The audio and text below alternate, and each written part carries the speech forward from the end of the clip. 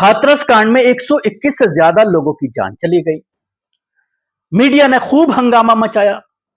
बाबा के बहुत सारे राज खोलने का दावा किया गया मीडिया के जरिए, और यह बताया गया कि किस तरह से बाबा को खुली छूट दी हुई है।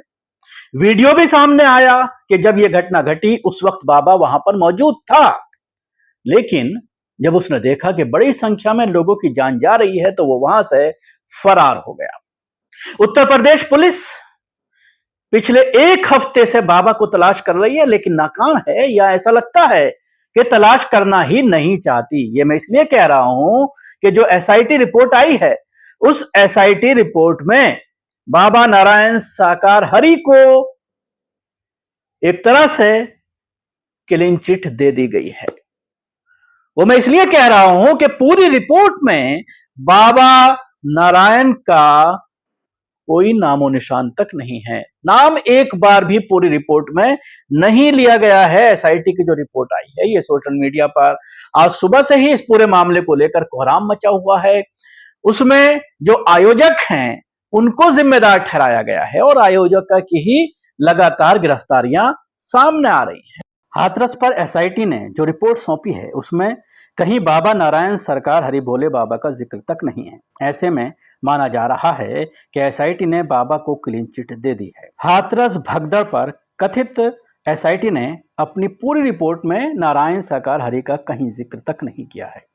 रिपोर्ट में हाथरस हादसे के लिए कार्यक्रम आयोजक, मुख्य जिम्मेदार, स्थानीय प्रशासन की जवाबदेही भी तय की गई है। 2 सदस्यीय जांच समिति ने जांच रिपोर्ट सौंपी और कहा कि साजिश से इनकार नहीं है, ऐसे में गहन जांच की जरूरत है। रिपोर्ट में कहा गया कि हाथरस हादसा आयोजकों की लापरवाही से हुआ।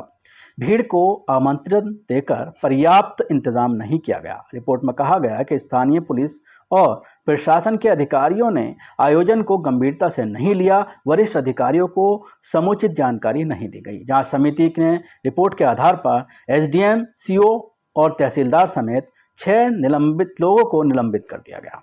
हाथरस हादसे की गहन जांच के लिए न्यायिक आयोग की कार्रवाई शुरू की जा चुकी है। रिपोर्ट में कहा गया है कि आयोजकों ने बिना पुलिस वेरिफिकेशन जिन लोगों को अपने साथ जोड़ा, उनसे अव्यवस्था फैली।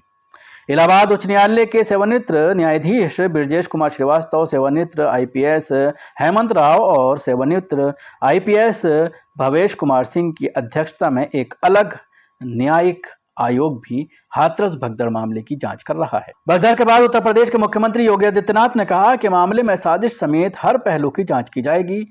एडीजी कुलक्षेत्र ने गत 5 जुलाई को बताया कि उन्होंने भगदड़ में साजिश के पहलू से इनकार नहीं किया है और कहा कि घटना के लिए आयोजकों को दोषी ठहराया गया है।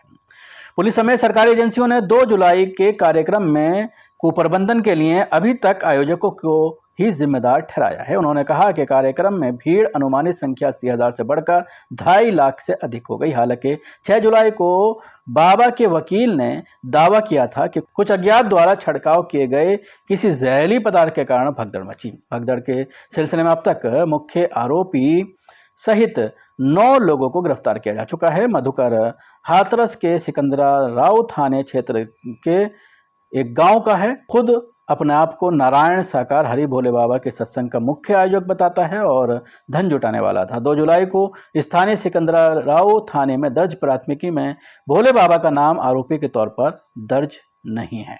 हाथरस के सिकंदराबाद इलाके में 2 जुलाई को प्रवचन करने वाले नारायण साकार विश्व हरि उर्फ भोले बाबा के सत्संग के समापन के दौरान भगदड़ मचने से 121 लोगों की मौत हो गई थी।